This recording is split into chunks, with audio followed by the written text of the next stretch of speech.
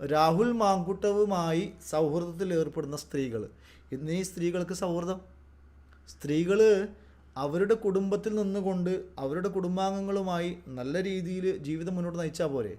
കാണുന്ന ആണുങ്ങളോടൊപ്പം, കാണുന്ന ഒരു രാഷ്ട്രീയക്കാരനോടൊപ്പം, ഇല്ലെങ്കിൽ കാണുന്ന ആളുകളോടൊപ്പമൊക്കെ ഇവരെന്തിനാ സൗഹൃദം നടിക്കാൻ പോകുന്നത്? സൗഹൃദം കൂടാൻ പോകുന്നത് എന്തിനാണ്?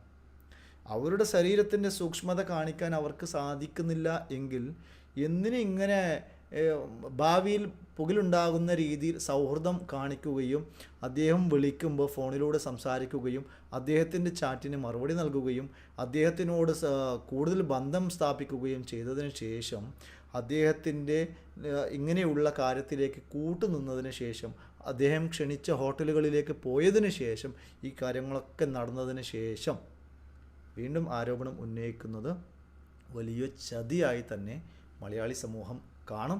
ഇതിൽ രാഷ്ട്രീയമില്ല. കോൺഗ്രസിൻ്റെ ഒരു MLA ആണ് എന്നുള്ളത് ശരി തന്നെയാണ്. മുസ്ലിം ലീഗ് അടങ്ങുന്ന UDFൻ്റെ ഭാഗമാണ്.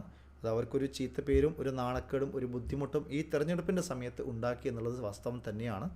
ഇങ്ങനെ ലൈംഗിക ആരോപണം നേരിട്ട ഒരുപാട് ആളുകൾ BJPയിലും CPMയിലും അതുപോലെ തന്നെ ഇടതു മുന്നണിയിലൊക്കെ ഉണ്ട്.